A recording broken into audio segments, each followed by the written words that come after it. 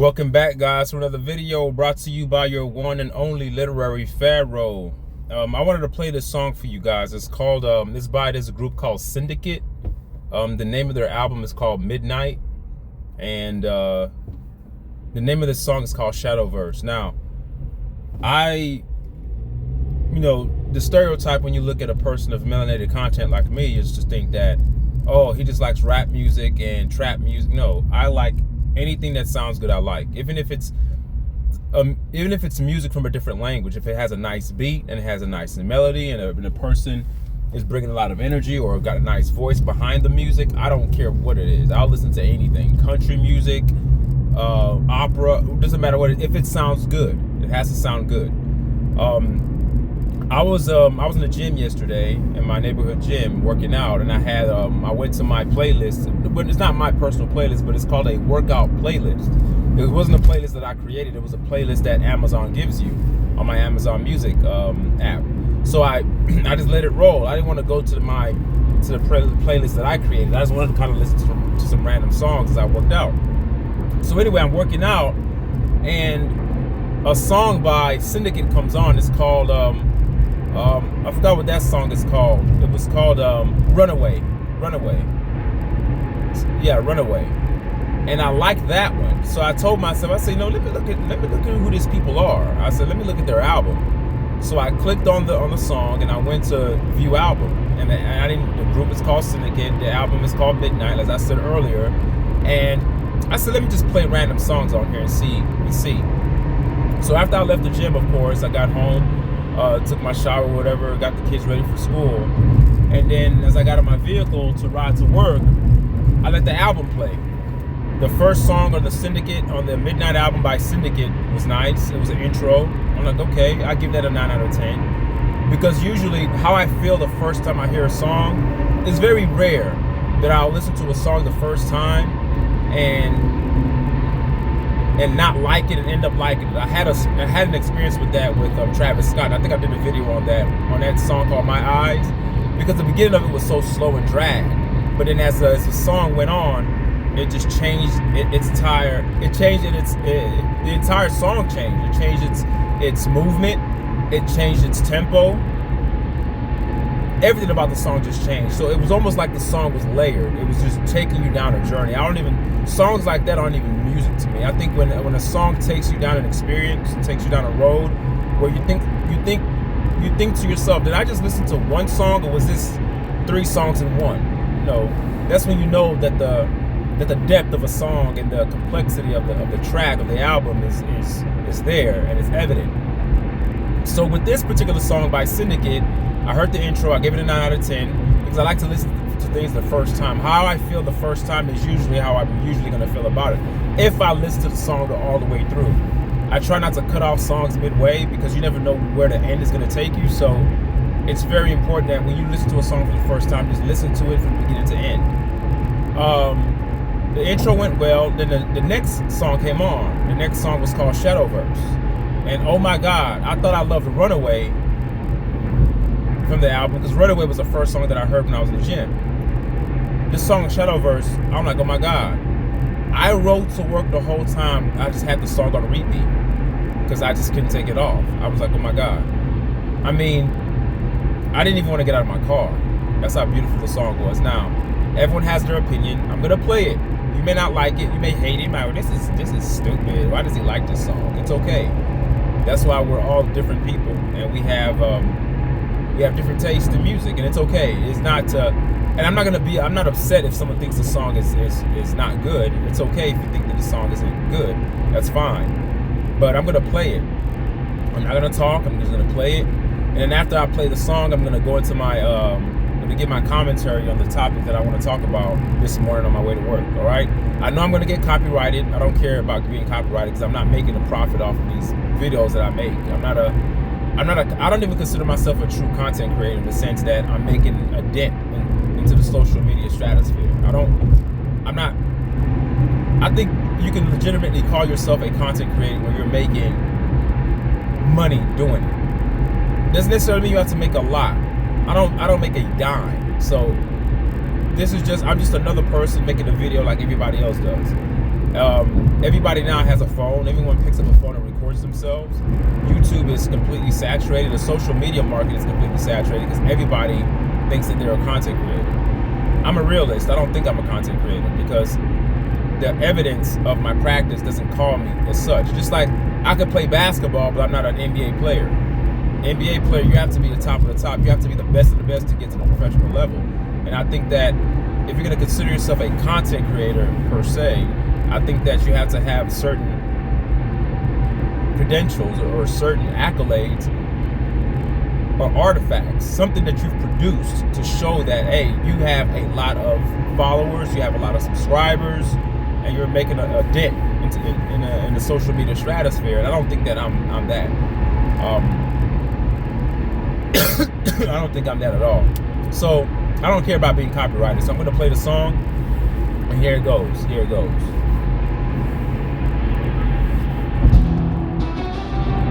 All right.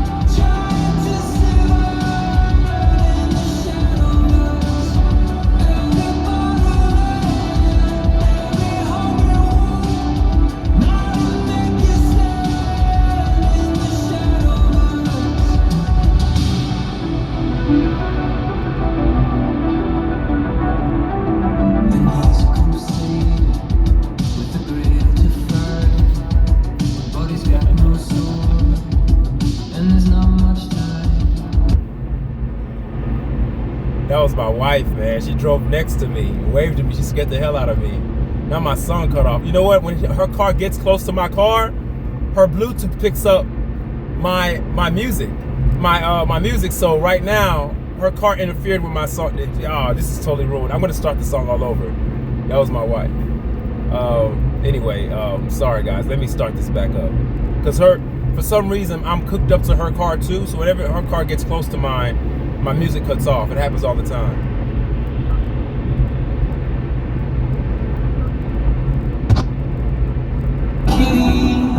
Okay. All right, here it goes, guys. Sorry about that.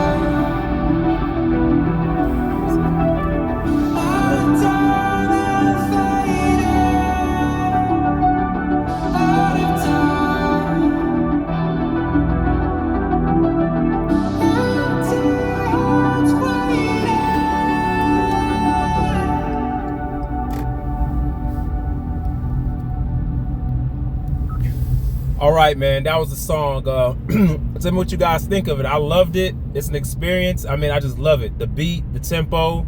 I just love it, man. I just love it. It's a nice song. Now, which brings me to what I wanted to talk about. You know, the song is called Shadowverse. And when you think of a verse, you think of like, when you think of a universe, or you think of a shadowverse, you think of a government, you think of a shadow government. So when you think of a universe, it's something that's completely, a universe is everything is one. Everything is predicated off of one central causation, right? You may have different elements and different tentacles of that one causation. Nevertheless, the whole universe is governed by one principle or one force or one energy. It's not like multiple creative elements. It's just one. It's called a universe because it's unified. It's one. When I heard this song, it's called Shadowverse, it made me start to think about the reality that we live in. It made me start to think about the stigmas that are attached to the female and male race. I've been hearing a lot of disturbing things, and I'm not naive. And a lot of the times I really try to get into the psychology of why people do what they do. It doesn't mean that I have to agree with what you do, and even I may not even understand why you do what you do. But I know that from the beginning of time, we've always lived in a very promiscuous and sexual culture. It's part of the human nature. Now, people who are entrenched in the biblical doctrines and people who want to purport biblical dogma and biblical themes like to call it some sort of a devolving or a devolution into something that's perverse. So what they'll say is that, you know, that a culture is coming to an end. You hear pastors say this all the time. They refer to the book of Revelation, or they talk about different books of the Bible, and they contort it, curate it, and edit it, or basically make up their own meanings, because that's what the Bible is. It's a collage of books. Anybody can read it and create their own definitions. You've had people kill in the name of Jesus. You've had people kill in the name of biblical dogma. You've had people disown their children and disown their families and hate other people because they're motivated by themes of a book that purports to be a book of love, which is very paradoxical at least, and very contradictory at best.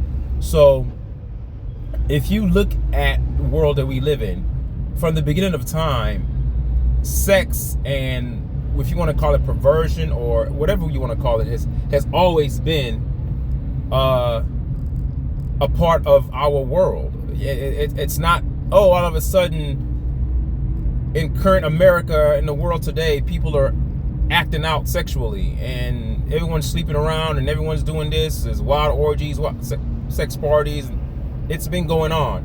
The things that Sean Combs was being, indicted for or alleged to have done with those sex parties that he engaged in, that's nothing. That's always happened. I don't want you guys to think that all of a sudden the world is coming to an end, because that's what the Bible does to a mind. It retards the thinking process, where you think that everything happens because of a canonized text that was curated and people decided what was going to be in the book, which right there is a form of manipulation anyway, because if you're deciding what's going to be in a particular book, why not let everything be in the book and let people decide what they want to decide, and allow people to make up their own judgments, make up their own minds about what they're reading. With that being said, our world has always been perverse, and there have been certain narratives or certain perceived truths that we've allowed ourselves to ingest, right? To partake in. We believe that, especially nowadays, you hear it a lot, and I'm going to go against the grain here. You hear a lot of people say, oh, it's okay for a man to have a lot of quote-unquote bodies. You heard that term before. Bodies means that you've slept with a lot of women. It's okay for a man to have slept with a lot of women, but it's not okay for women, does it? I'm here to say this. I don't know where that came from. I guess society has somewhat shaped the psychology of the human mind, and the minds plural, where people think that that's true. I'm here to say that it's not that black and white. And of course, people are going to say, no, generally. No, not even generally. I just think that I don't know where the data is being pulled from, or if anyone's taking data. If we say that it's okay for a man to sleep around, who is the man sleeping around with? He's not sleeping around by himself. It takes two to embark in this sexual game that we're talking about. If a man's going to have quote unquote bodies, that means that he had slept with a woman. So if men are promiscuous, it means that women are promiscuous. We're the same. Now, the distinction between man and woman, of course, there's certain biochemical factors that differ in the two genders. Women have more chromosomes. Women are able to, carry a baby in their belly. Women are able to get pregnant. Women are able to give birth. Women get under a cycle every month. I mean, we know the glaring differences, right? Women have a vagina. Men have a penis. From an anatomical perspective, we understand the difference, that we have different body parts. That's as far as the differences go. This idea that a woman is good because she doesn't sleep around, and a man is showing that he's a man because he's sleeping around, is totally just it's so inverted and retarded on so many levels that it doesn't make any sense. Even when a child is created in this universe, or the Shadowverse, remember the song I just listened to was called Shadowverse. Shadowverse means that you're getting a shadow of the reality. Like right now, the sun's out. I had to put on my glasses. There's a shadow of cars in front of me. You have the cars that are driving, and you see the shadow of the cars kind of merging into the lanes. You can see the shadows, right? The shadow is not the car. The car is the car. The shadow is a symbol or a reflection of the car, or a refraction of the car. The world that we live in, the narrative that it's great for a man to soil his wild oats and get around and party and sleep around to have experience, and then the woman is supposed to just wait. I'm not a feminist. I'm not a masculinist, whatever you want to call it. I'm nothing. I'm just common sense. Like, if there's a category of groups to follow, I don't attach myself to any group, because I think that it pigeonholes you to hold to certain things that you may not even believe in, but because you subscribe to that particular group, you feel like you're indebted to think like that group thinks.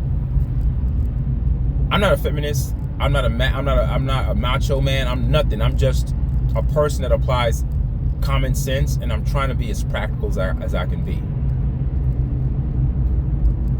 There's no difference between men and women. Now, the differences that I mentioned earlier in terms of biochemistry, chromosomes, women that maybe have babies, women need a little bit more sleep because their bodies require it. The BMI index from a man, the body mass index of a man, and the body mass index of a woman are different. Like, that stuff we understand that. The body parts, that's elementary. We understand that. Girls and boys' body parts are different. That's the only difference. In terms of sexual desire and sexual appetite, this idea that men are more sexual and visual than women is a lie. I would argue and tell you that women are a little bit more intense in the vetting out of who they're going to sleep with. Now, because women are more intense, and I'm going to explain to you what I mean by more intense in a minute, because intensity doesn't mean that you're going out with aggression trying to get men for sex. Intense means that you're very intentional in what you're looking for, and when you find what you're looking for, game over. Whereas a man, we just see a woman who has a nice rack and a nice bottom and a nice shape, and that's it. Women go for more than that. The man has to be physically astute. We get that. The man has to be physically put together and well, quote unquote, like they say, packing or whatever. But women are looking for more. All right? So when a woman decides to sleep around, she's sleeping around with men that meet the criteria that she's created in her psychology. She has certain check boxes that she wants, and that man meets it. Men, we're just quicker to do it. Women are a little slower to do it, but they still do it. So there's no difference. When I'm hearing about these wild orgy parties that Sean Combs was having, and people partying and everyone just effing each other at these parties randomly, I mean, it's crazy.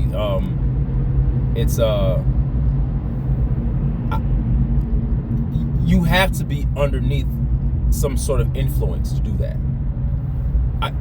There are two types of promiscuous that you have. You have the one that a woman sleeps with one man intimately.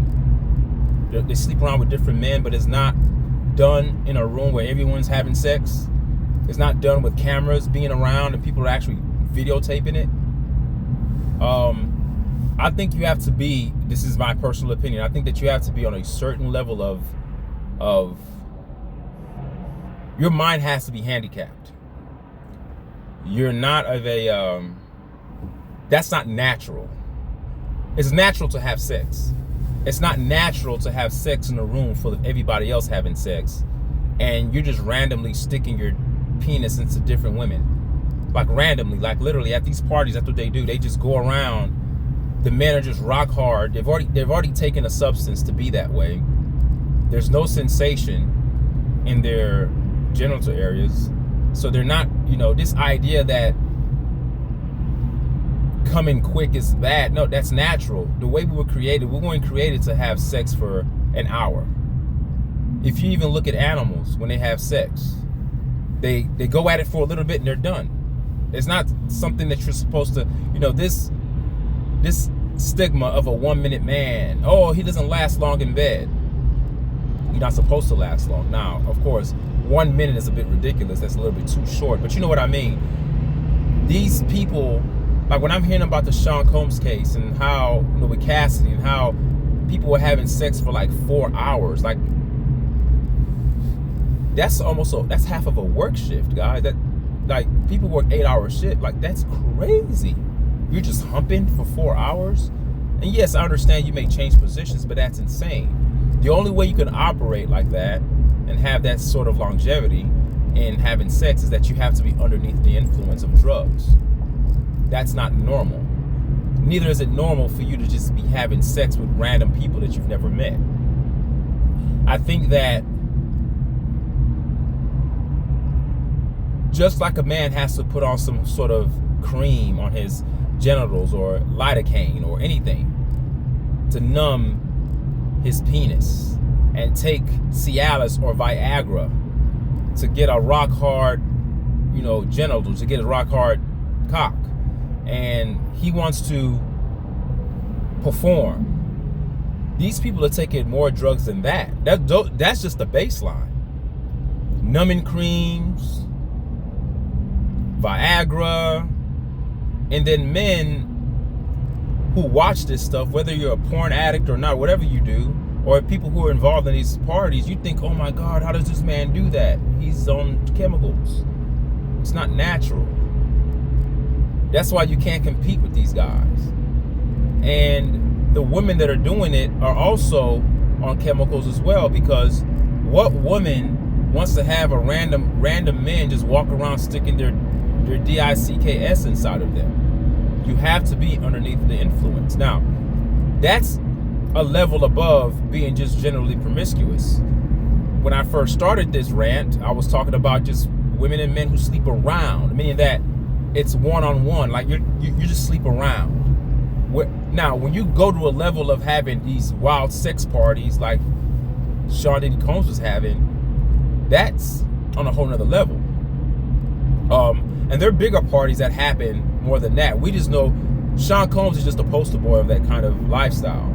There are many millionaires and billionaires that do this. What they do is they rent out halls. They have these places. You have to pay a lot of money to get in there. Everyone has an agreement that once you're in this party, you're liable to get FUCKED by anybody.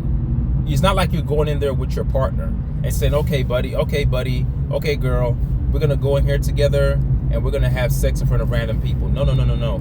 You're going in there to have sex with anybody. And I know some of you guys are shaking your head like, what do you mean? But that's how I felt when I was reading into these things and doing research about what really happens at these parties. It's much worse than you guys think.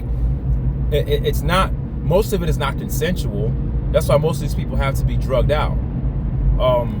It's sort of like a girl who's been doped up and random men are running inside of her. It's almost quasi-grape. I don't want to say the R word on here because I know I'm still on YouTube, but the RAPE word, it's quasi almost that. It's quasi because it's not like the men are forcing themselves on the women, but the women are so gone, drug-wise, they're taking Molly, ecstasy pills, they're taking all this stuff just to be in this perpetual euphoric state, this constant euphoric state, where it numbs their consciousness, it numbs their ability to actually have any moral decency within them. So when they have that becomes very problematic. Not only is it problematic, it hinders your inhibition. It actually, whatever inhibitions that you have, whatever inhibitors that you had to kind of tell you like, don't do this, don't do that, it takes away your inhibitions. And so you just have a bunch of guys penetrating you, right? You're right there. You don't even care. You're numb. That's not love. There's no love involved in that. It's just pleasure seeking, numbing the senses, no different than a man numbing his penis so he can continue to perform wild sexual acts with different women, because that's not natural. If you have to take a chemical to do something, it's not natural, right? So that's the shadowverse that we live in. The idea that men and women are different. No, men and women are the same. You have women that are at these sex parties, and you have men that are at these sex parties as well. Women are having sex with random men, and men are having sex with random women. As I said earlier, it takes two to embark in this type of sexual engagement or just sexual perversion. There are different levels of sexual perversion.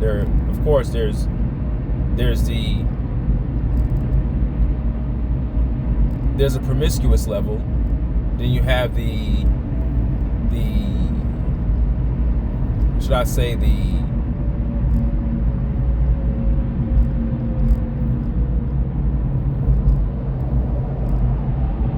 homosexual experience. You have that.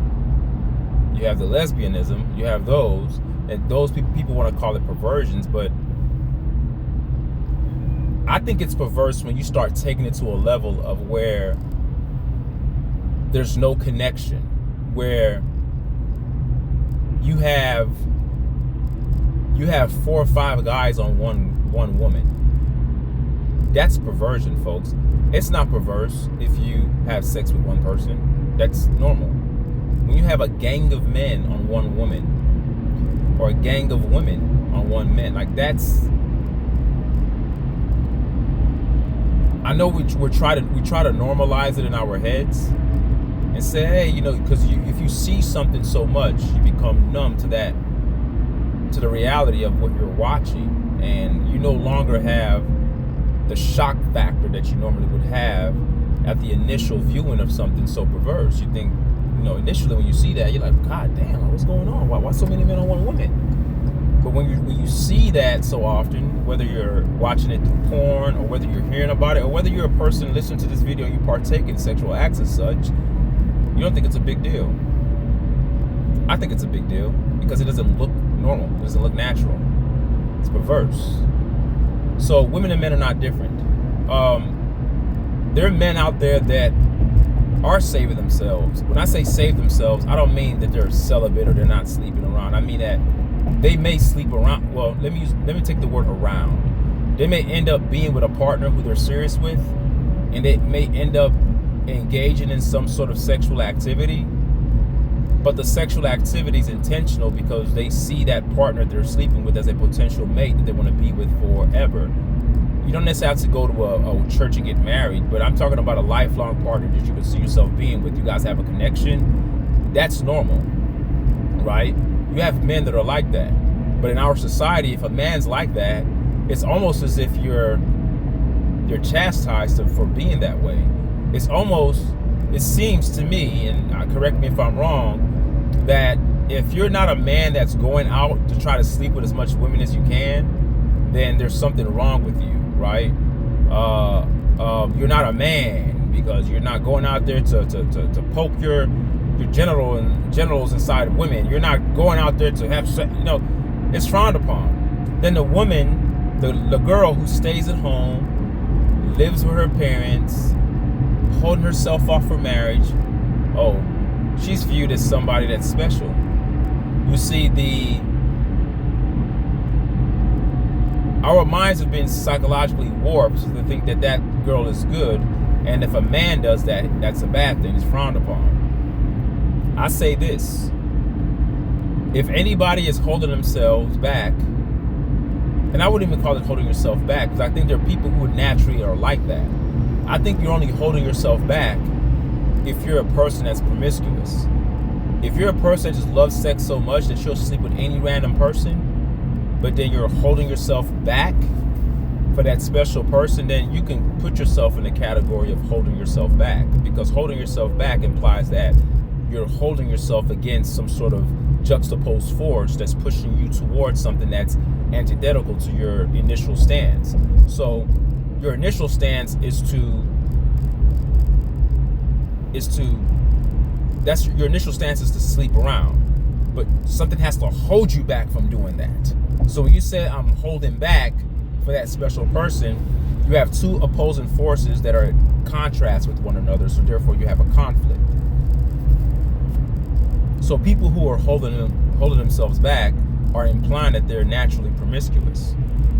There's certain people like me, I never had to hold myself back. When I was younger, even when I went clubbing and partying and drinking alcohol, I had friends, I had guys that would just go to a club, get a girl, take the girl to a hotel room, or go back to their apartments and just have sex with the girl on site. Like, they would just meet the girl that day and just go sleep with them, like, right then and there. For some reason, well, I know why, but for some reason I could never do that. There's a term for it. I'm gonna look it up. I think it's called dermo. It starts with a D. I can't look it up right now because I'm driving. If I was at my home computer, I would have looked it up on the internet. But there's a certain term where a person cannot be sexually aroused or sexually intimate if they're sober, if they don't have a connection with the person. I'm like that. I've always been that way. It doesn't matter if I went to a club and the most sexiest girl was in there. Yeah, I may be turned on by you sexually and I'm like you, but that's not gonna make me want to sleep with you that minute. Now, if we sat down and we talked and we had conversation and you were funny, you had charisma, I liked your style, we had certain things in common, certain values we share, like that to me takes it to a whole nother level. Now I'm ready to rip your clothes off and go to work, but just seeing you on sight is not enough for me. Even though I was under the influence, I still wouldn't feel that way, because deep down my moral code was so strong. When I say moral code, it has nothing to do with being linked to the Bible. Everyone carries a moral code, and you can either enrich it or you can actually desensitize your moral code based upon the actions that you agree to partake in. So I'll give you an example. If you're a person that goes against the grain of being a human, and you go around committing sexual perversions and committing inversions and doing crazy things out there, like a bunch of guys ganging up on one girl sexually, and you partake in stuff like that, if you do that enough times, and I'm not here to tell you that, you're swapping spirits when you sleep with different people. I don't believe in that spirit stuff, but I think that there's energy transfer. I believe in energy transfer. So when you're doing things like that, your moral code becomes more desensitized, and the bar that you set for your moral code becomes lower. Everyone has a different moral code. It's called a code because just like you put a code to your locker, or you put a code to your television before you get into it, or you put a code to your alarm system at home, everyone has a different code or a different numbering system that they use to keep intruders out. You don't want to have random people knowing your code because they can unlock your security device and get in. So the point that I'm making with this code talk is that my moral code was not the same as my friend's moral code. They can do certain things that I could not do. No matter how drunk I was, I could never do that. So I would get talked about, like jokingly, but it didn't bother me. They're like, oh man, come on man, that girl was into you. You could have did this, you could have did this, you could have took her home. I'm like, no. I mean,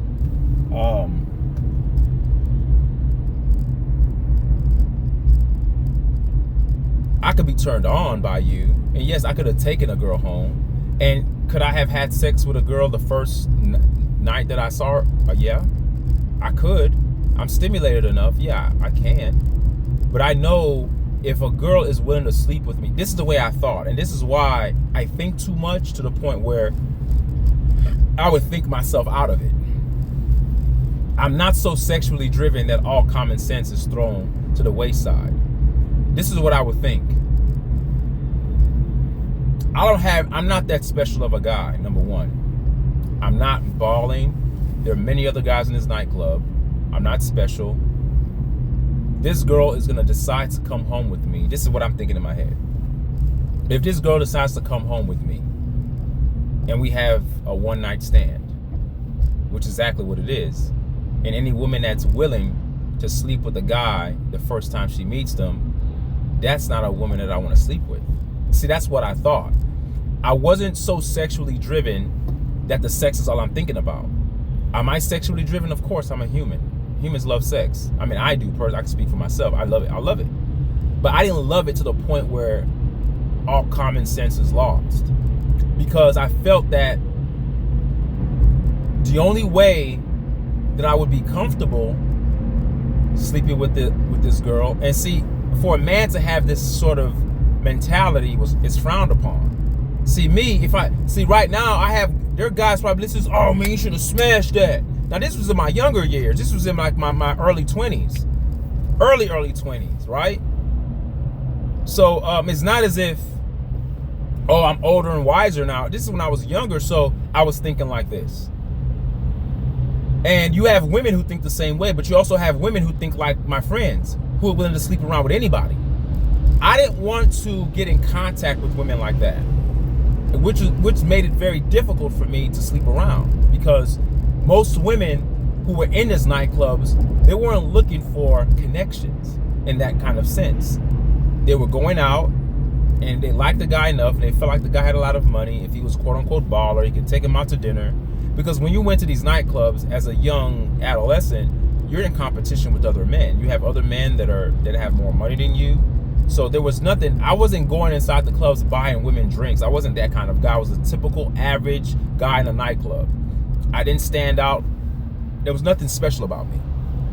So if there were girls around that were willing to go home with me and sleep with me, that's not a woman I want to bring home anyway.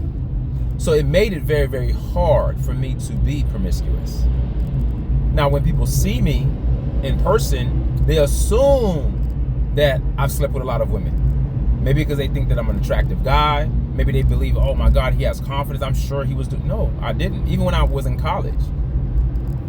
You know, when I went to Texas Southern University, there were a lot of girls who would be around. I would have other guys come up to me and tell me, hey man, you gonna see that girl looking at you like that.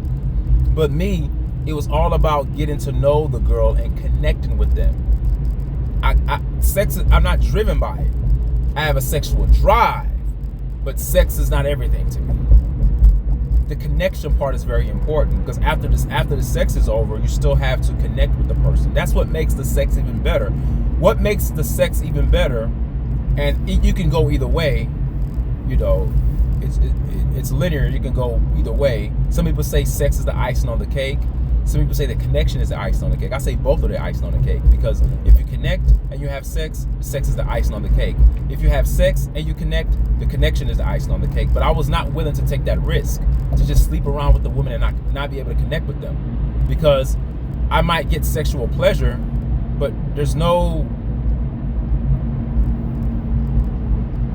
connection, and I feel like I wasted my time. And then I knew what kind of person I am too. I knew that I'm a kind of guy that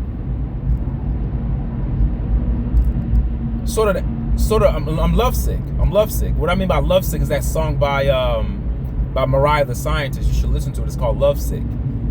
I'm sort of in that sense lovesick. Lovesick in a sense. Let me explain to you guys what I mean by lovesick. Lovesick meaning that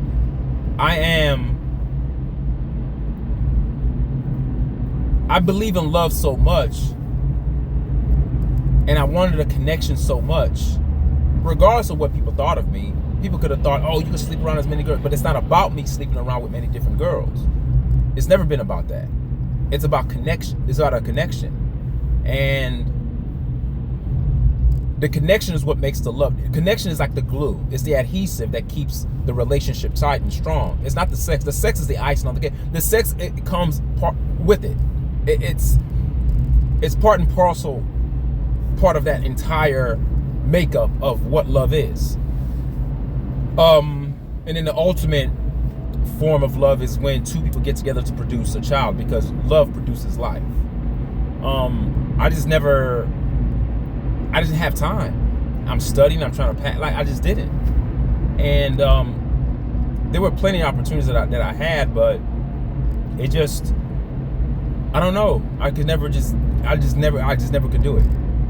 I know I had guy friends. I mean, I had guys who would come back and brag. Maybe those guys were lying, because I would think that I would think to myself sometimes, I'm like, why am I a normal guy? Like, why don't I think like that?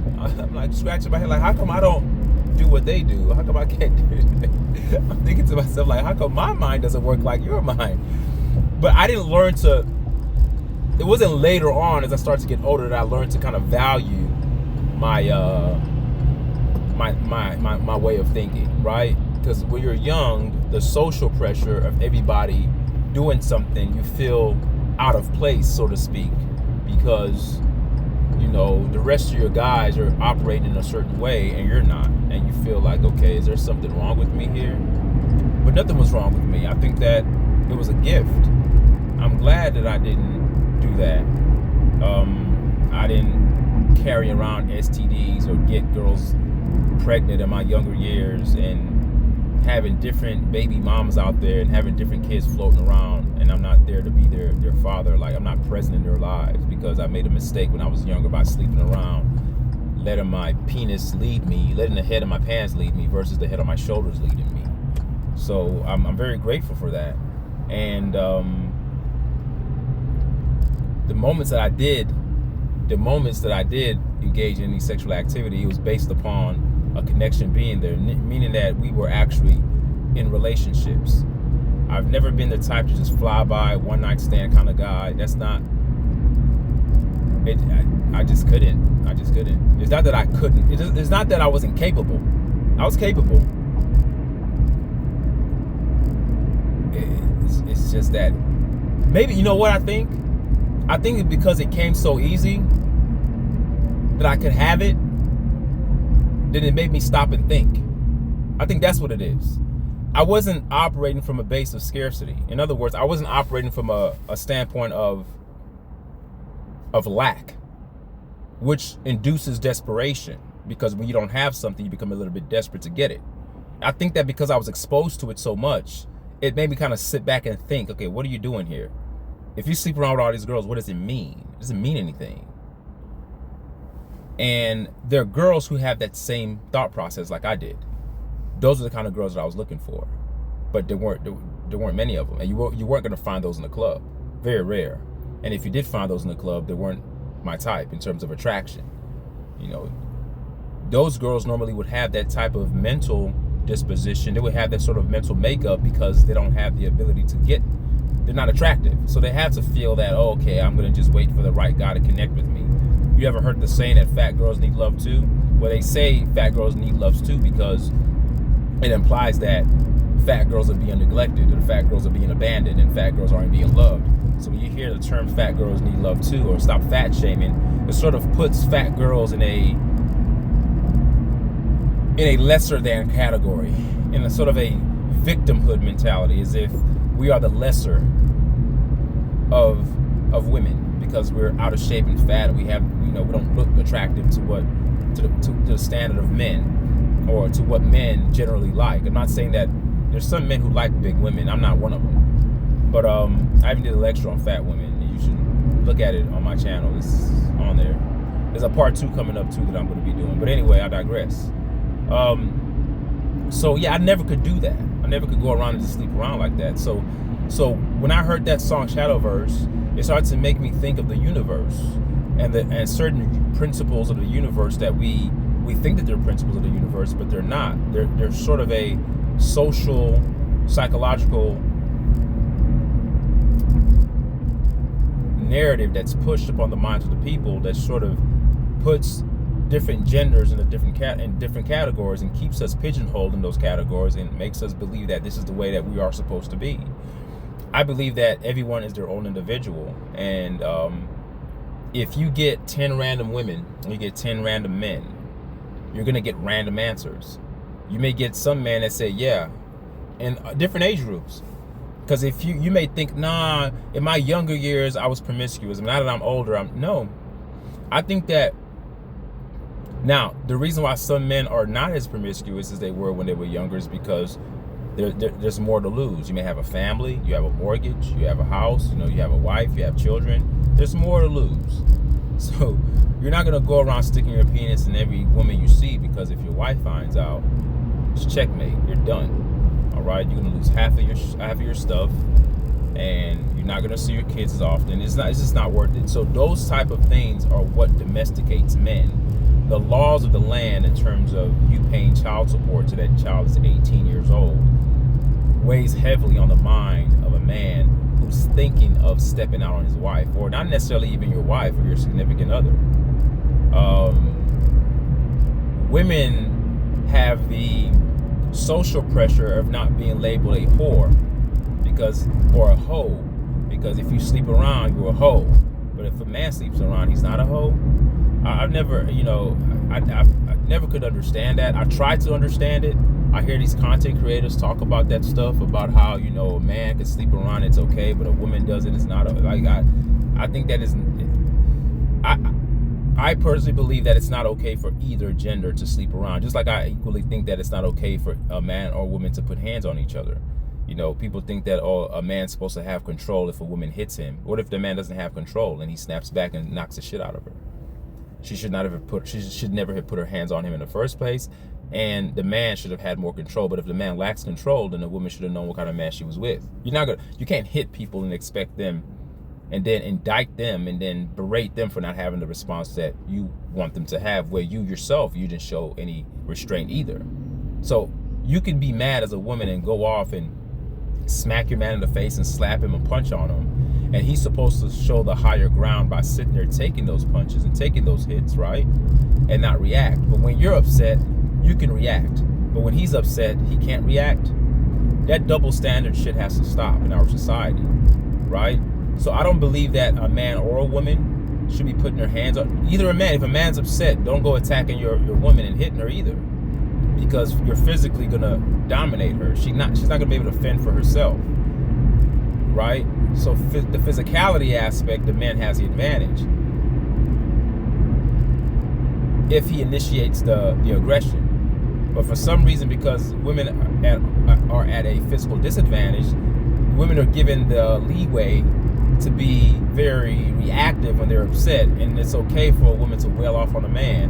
And if a man calls 911 or calls for help because his woman is hitting on him, he's viewed as being weak.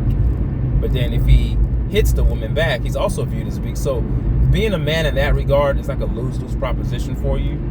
So you better be careful what kind of woman you're deciding to lay with. If she's very volatile and very violent and very angry and very aggressive, that might not be a woman you want to be with. And vice versa, if you're a woman and a man gets very angry quickly and loses his temper, that might not be a man you want to be with either.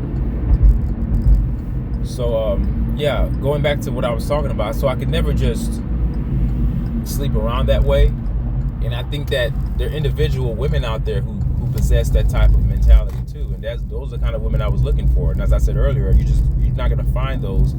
You're not going to find an attractive woman who has the capability of sleeping around with as much men as she wants, but she's holding herself off.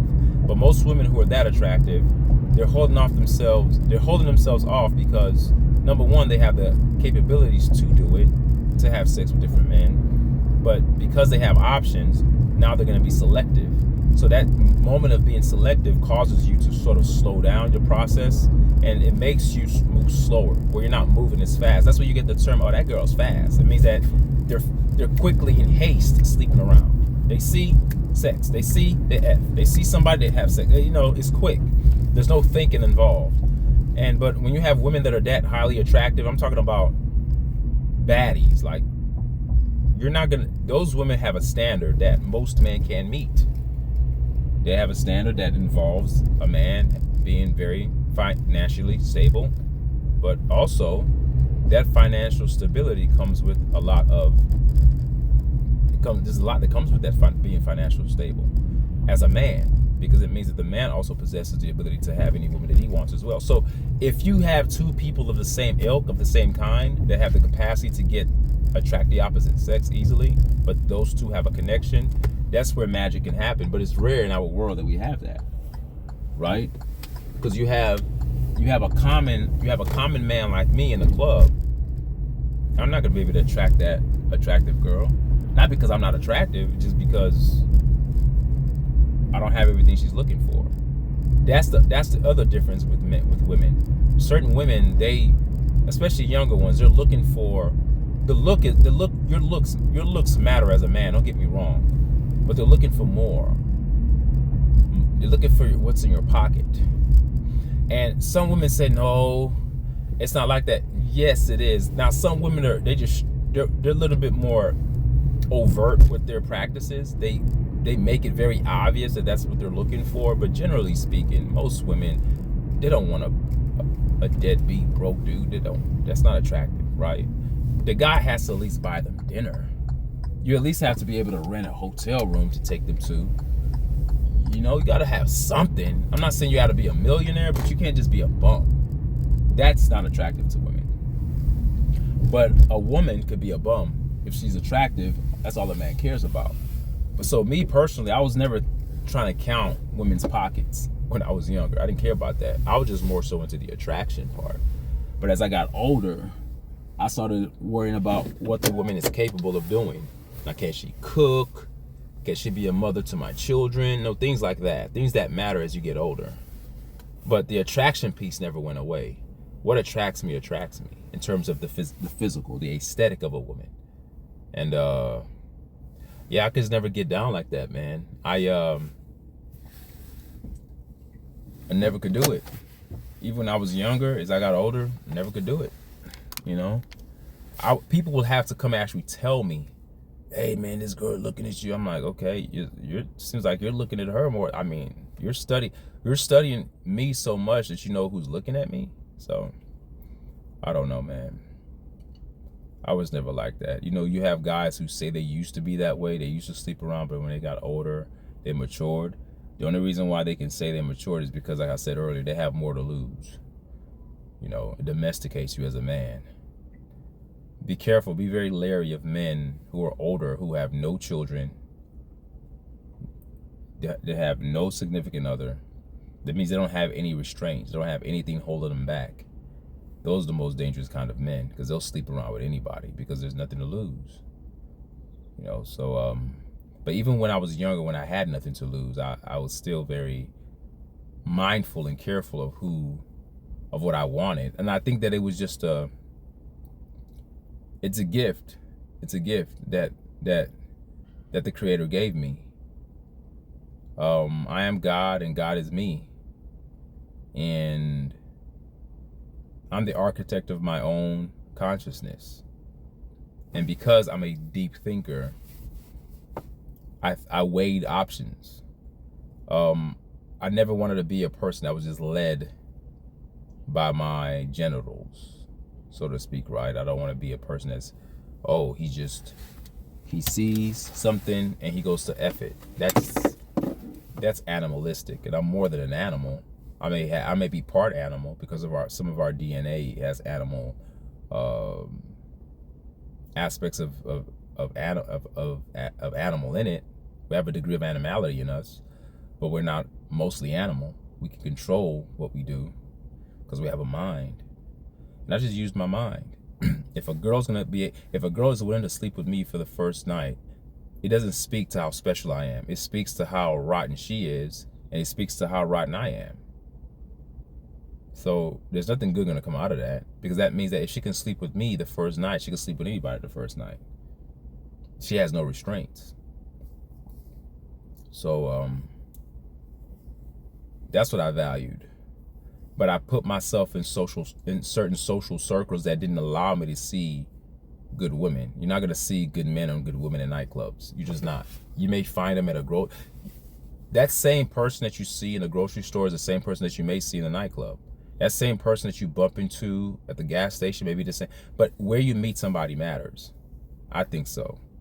Because there's so many different spirits in those nightclubs. You have alcohol or spirits because they influence humans. You have people that are on drugs. If you meet somebody and you're sober, you get a clearer picture of what that person is. And it can sort of start to shape your belief about relationships. But if you meet somebody under the influence, you've met them in that position, and that's what you're going to carry moving forward. Even if you're sober and you're on the phone with them, you're still carrying the moment you met them in a state of being, when your inhibitions are gone, when you're under the influence. So yeah, we got to be very careful about that. Yeah, so that's all I wanted to share. I mean, I know I went really super long, but just wanted to share that with you guys, that this universe that we live in has so many different elements that I call it the Shadowverse. Be the architect of your own reality. Don't let society shape what you're supposed to be. If you're a woman and you love to be promiscuous, do whatever you feel like doing. I'm not gonna sit here and tell you how to live. And if you're a man and you feel like sleeping around, do what you do. Personally, for me, I feel like we need to stop the classifications of saying that if a man does it, it's okay, but if a woman does it, she's a whore. I believe that both a man and a woman can be both whores. I know people like to pull up history and say back in society, women who saved themselves were this and this, and men who no, because men held status in those societies. So women always looked for men with status. So yeah, it's more likely that the man who has status men who had status would be able to sleep with multiple women, right? But it doesn't mean that doesn't make them not whores or not hoes, because the definition of a hoe is a person, not limited to just female, is a person who sleeps around. If a man sleeps around, he's a hoe. If a woman sleeps around, she's a hoe. Same thing. If a woman has status and she's rich and she has a lot of money, she may be able to attract different men, but men won't be necessarily attracted to her money. They'll be more attracted to her look. The money is just the added element.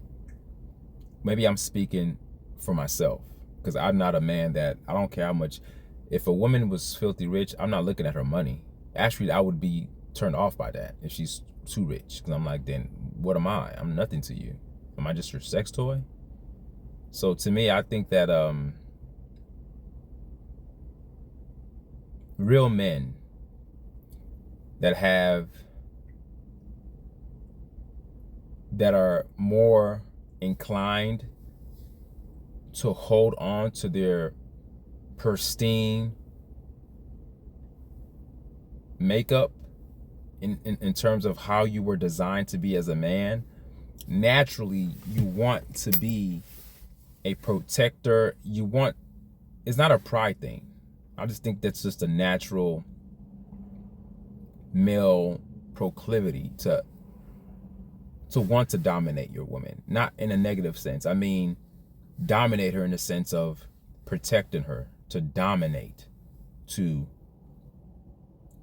provide, or to be able to provide. It doesn't mean that you have to make all the money, because in our society today, we've totally stripped away that idea. That one family, one salary home, it doesn't exist. Both women and men both have to work to even make ends meet nowadays.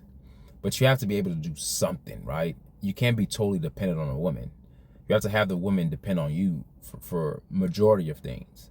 That's what makes men feel good. and I'm not lying. There are a lot of you got, well, I don't have a lot of people that listen to me, but if you're listening to this video, if you're a man, you feel good when you can do something for your woman, right? You won't feel that great if you don't have anything and your woman's paying for everything for you, paying for your clothes, paying for your rent, paying for your cell phone bill. That sounds very, at that point, you've been totally emasculated, and that's not good. Personally, I wouldn't like that. So yeah, man, just don't fall into these traps of what society wants to label you as. I believe that everyone is entitled to do and live the way they live. But personally, for me, what kept me protected was my thinking. It's always been something that people back then would say, you think too much, but I'm glad that I did. I think if people thought more, they would be better off in life. But then again, if you're underneath the influence of drugs, ecstasy, whatever these people take to get into those states of putting themselves in these sex parties or these orgies, you can't think clearly. That's why you have to take drugs. There's no way that you'll have a sober mind you wouldn't be able to perform the way you're performing as a man if you don't take certain drugs. Because certain men can't even get it up naturally. They need to take something to get it up. These guys just have an erection just because. Not because they're horny, because they've taken something. And these women sit there, lay down, they get penetrated by these men because they're on drugs as well. So you have to be drugged to embark in these activities. It means that you're trying to change your human psychology to embark into something that's totally adverse to your natural state. Your natural state is to seek, psychologically, is to seek someone that's sturdy, that's strong genetically, that's attractive. Is all part of human preservation. You want to preserve your genetics. So that's why most men are looking for women that look strong. The sex appeal is part of that strength, the shape, the gait of a woman, the way she walks, all those things. That's why most women who are obese is unattractive to men, because you don't look like, you look sloppy. Part of our seeking out the opposite sex is driven by a war syndrome, a war mentality of as if you're going to war and you're trying to pick the strongest woman. That's why women who run track, or women who dance, and women who are involved in some sort of physical activity who are in shape are very attractive to a lot of men. So yeah, that's the normal way of viewing things. But when you start putting yourself in situations where you've taken so much drugs, now you're numb to your own reality and to your own normal state of existence. Now you're totally going against your normal makeup, and you're putting yourself in these sexual encounters that otherwise, taken away, absent of any influence of drugs, you wouldn't be able to do that. You wouldn't. If you listen to the Cassidy and Sean Combs story, how many times did she say she had to be on drugs to do those things? They had to get drugs. Drugs was part of the indictment. They didn't do these things just going in there, walking in there sober-minded. They had to be under something. So that's my take. If people resort to strengthening their mind, meditating more, looking within themselves, I think that's a start for people to be in a position to make better decisions. But if you're gonna fight reality and just continue to pump yourself full of drugs just to numb your reality, then you're gonna always find yourself in those very peculiar situations that are unnatural to the human state. And when you do it just enough, you become so desensitized to it that it's not even a big deal anymore. That's when you've come to a point of no return, and there's no coming back from that. It's going to be very difficult. And if you try to change, it's going to have its psychological. There's going to be psychological ramifications because of it. You're going to be psychologically damaged. It's going to be hard for you to be in any type of relationship. Yeah, because what you do in the past affects your present. And that's why I'm very grateful that I didn't embark in so many of those stuff and sleep around like that, man. Then I thought something was wrong with me, but I look back at it like I'm glad that I didn't. Glad that I didn't. All right, guys, that's my take. And leave a comment. Tell me what you guys think. Peace. Till next time. And remember, your health is your wealth.